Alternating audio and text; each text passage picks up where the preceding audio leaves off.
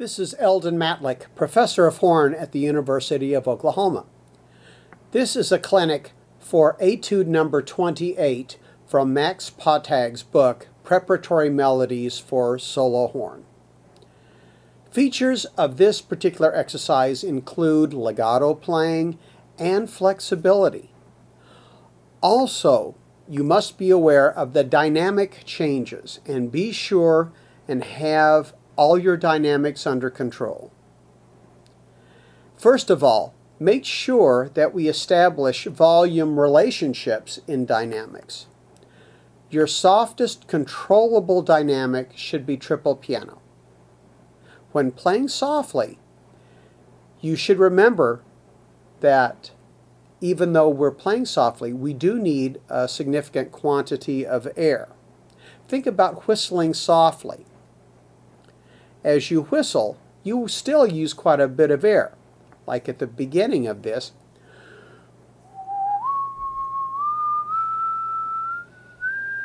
I'm really using quite a lot of air to get this sound, and therefore I can float the large amount of air and support a relatively small sound.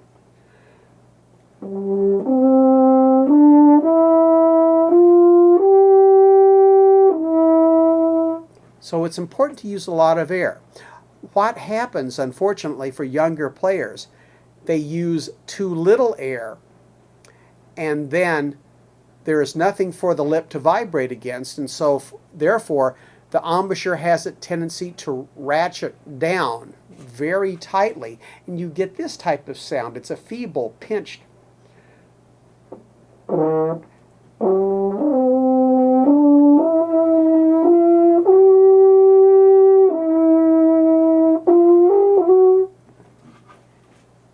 And it's very easy to even slip off notes. So make sure that you are using a significant amount of air, but letting a soft volume float over that. Make sure that the dimensions of the tube of air that you use is very similar to the dimensions of the tube of air you use at a louder dynamic level. It's only the intensity of the air that's different.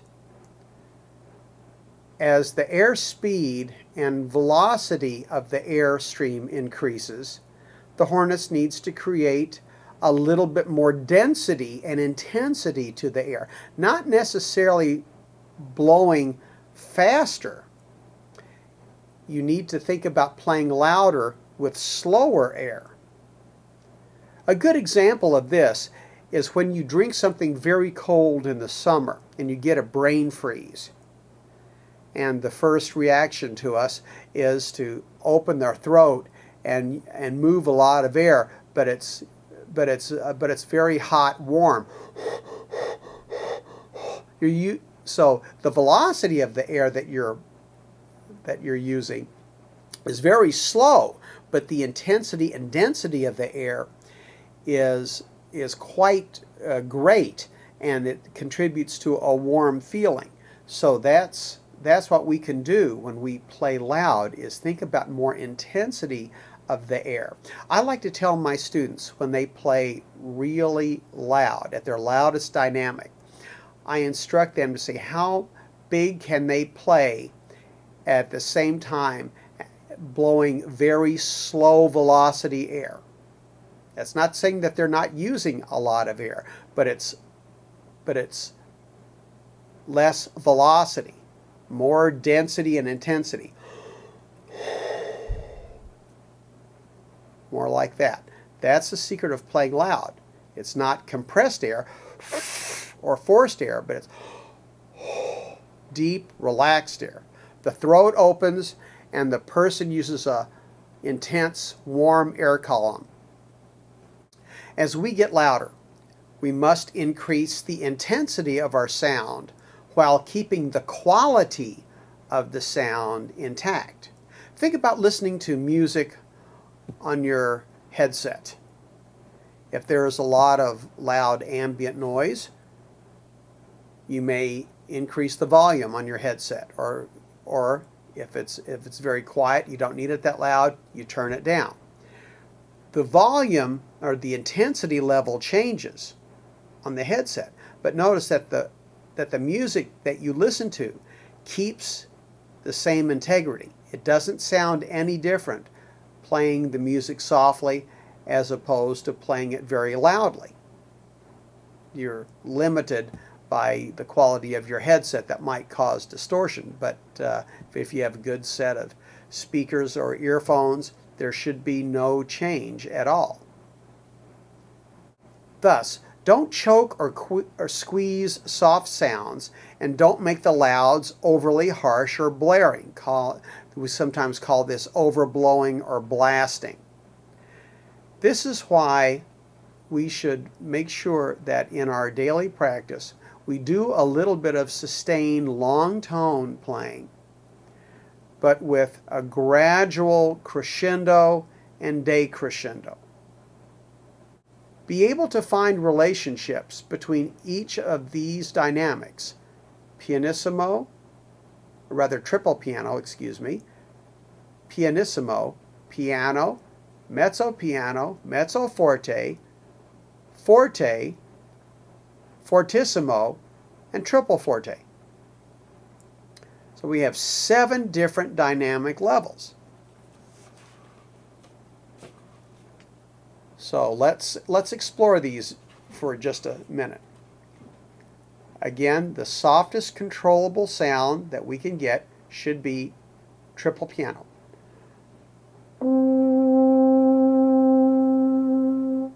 Then followed by pianissimo, then piano, mezzo piano, mezzo forte, forte, fortissimo, triple forte. So it's a wide range of dynamic intensity that we have to be able to do. And again, we can do this in a long tone.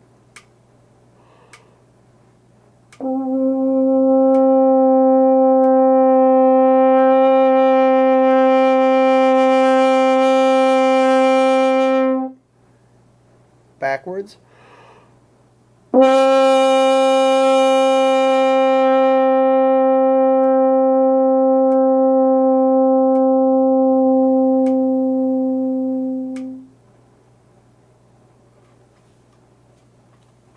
When horn players do this, they discover that they are not making nearly enough difference between adjacent dynamics. And especially, they are not playing nearly strong enough at the higher dynamic levels. So, be able to play with a lot of energy with a very good sound. Be able to control the individual dynamic levels on repeated attacks, and then play 7 counts of a crescendo, and each click is a different dynamic level. And then you can reverse it by starting off at the most intensity and then coming down to your triple piano. And do it in various registers too. I did that on the second line G, but you can do that an octave lower, an octave higher, because it does change the landscape when you change octaves as well. Sometimes it's a little bit easier to play at a softer dynamic at a lower pitch level than it is at the higher pitch level. The tempo of this, just trying to get the right tempo, is a little difficult. Although indicated as an allegretto, this mark really doesn't seem to work. If taken at a true allegretto, the tempo really should reside around 76 to 96. While it works in the second section of this, getting into the second measure of line 3, it really doesn't work that well for the opening because it sounds too dirge-like. If one looks at line 3, I think we can get a clue as to the correct tempo of this. Because line 3 definitely is a little waltz theme. So, think about a nice waltz-like lilt. 1, 2, 3, 1, 2, 3, 1, 2, 3, 1, 2, 3. And I like to think of this more as a tempo of 112 to 116. So then you use that same tempo at the very beginning.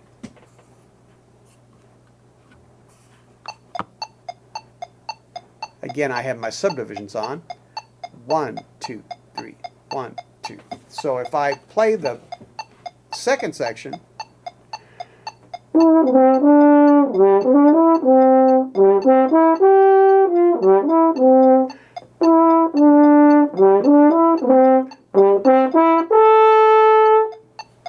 so that gives a nice character.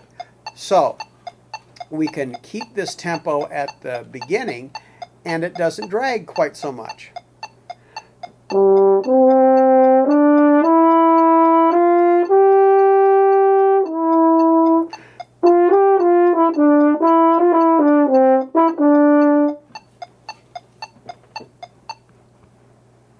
Otherwise, if you rely on the tempo to set the opening,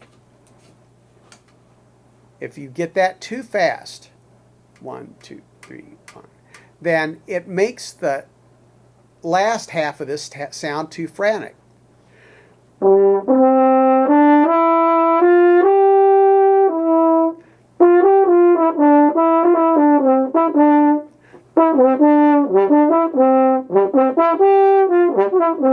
Then it loses the allegretto quality. So I think we have to go with the quality of the music rather than an arbitrary tempo. Now let's look at the features of these particular sections. Let's look at lines 1 and 2. It's an odd little melody. Be careful on measures 5 and 6, especially looking where the dotted 8/16ths reside. It's a little quirky because he sets up a pattern in that measure 5. Then you're wanting to hear the same figure again in the next bar, but it's not. He changes it.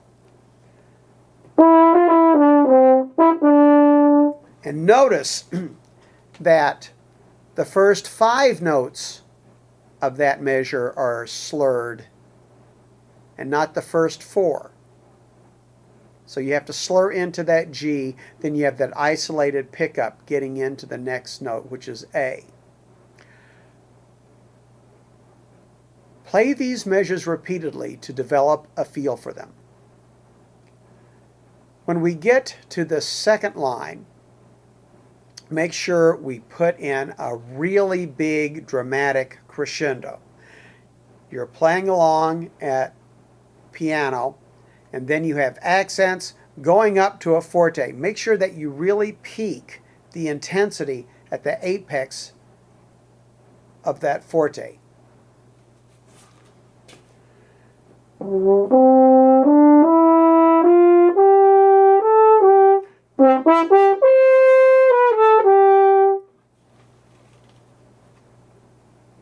Have a nice impact. Then, once you achieve that forte, you can go ahead and keep that forte mark.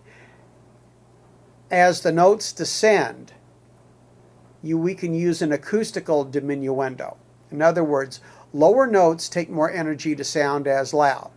So if there was no decrescendo written, Going down to the D, we would have to use a little bit more energy to keep the sound alive. Well, in this case, he indicates a diminuendo. So if you use the same energy that you have when you arrive at the forte, just the motion of the notes going downwards using the same intensity will actually make a diminuendo occur. Sort of an interesting phenomenon. As you crescendo, make sure that you keep the airstream the same width. Don't get the airstream more smaller or compressed, and also don't shove the airstream. Keep the velocity of the air the same, or the forward motion of the air, but increase the intensity or density of the air. Remember what I was talking about, that brain freeze. What I want to avoid, biting on the airstream or forcing or shoving the air. It gives us accuracy problems, it gives us quality of sound problems, and it's very uncomfortable to play that way. So be very, very careful. The slur staccato mark at the end of this line is a little bit unusual. I address this mark on some of the other clinics that I have, but I'll address it here too in case you haven't seen some of those other videos. This slur mark with dots is a mark from string technique, and the way that string player would do this is play all those notes on the same bow direction, either all up or all down, but then there is a slight articulation. So you can either play this legato, and it would sound sufficient. But if you want to really get the correct sound, and we're going to copy the string, do legato with just the slightest bit of a push. Now, I'll practice the push itself. So I'm going to slur these, but I'm going to slightly enunciate every note with a little bit of support. Then I put it together.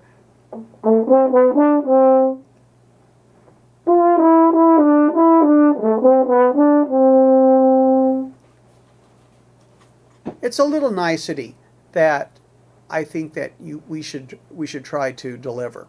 And remember, if you're an advanced hornist, you want to make sure that you do things like this to really separate yourself from the others. Now let's look at lines 3 and 4. The challenging part here is with accuracy and flexibility. Your air column will be your greatest asset, or could be your biggest nemesis here. I recommend the following steps to help your execution. First, either whistle or blow an air pattern on each phrase. You will be surprised to find how much energy or wind is required to get through these phrases.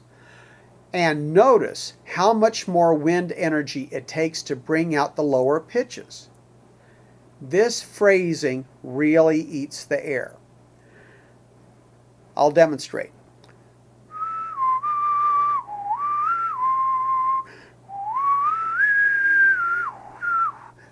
That last little figure, I really have to scoot the air through that bottom note. And then finally,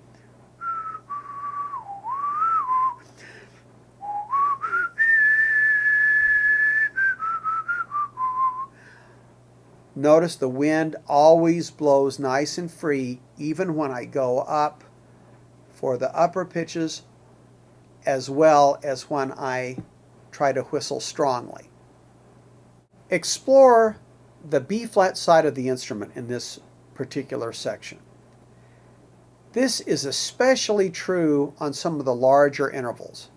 In the third measure of the second section,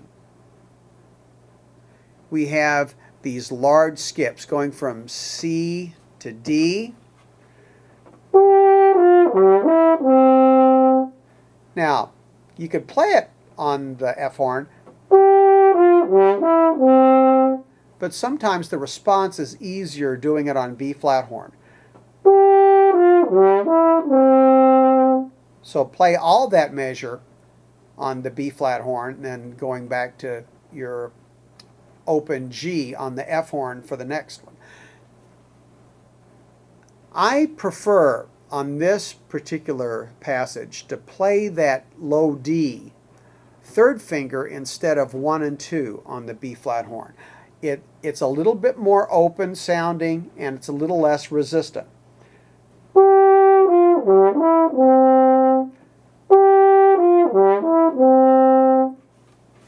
You could do it either way. It's just a matter of preference for me. And so you might try it and see if you will like that or not. Think about your music and the musical motion of the line. In each phrase, the music should flow to some particular arrival point. My teacher, Mr. Farkas, used to talk about the pivot point in the phrase, where the notes seem to travel toward and then away from. And this apex or pivot point can happen in the middle, it can happen near the end, sometimes it can go all the way to the end.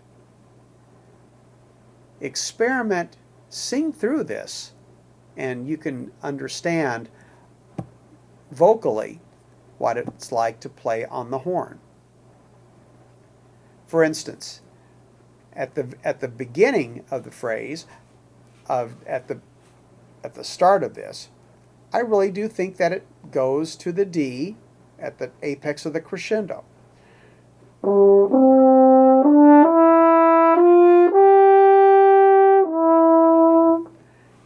But then we have several other arrivals at the remainder of the phrase.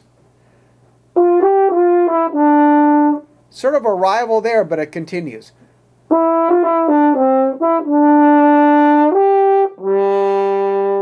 And I think it all goes to right there. We have a little arrival on the A, on measure 4, a little bit on the G, but then the largest arrival comes on the D.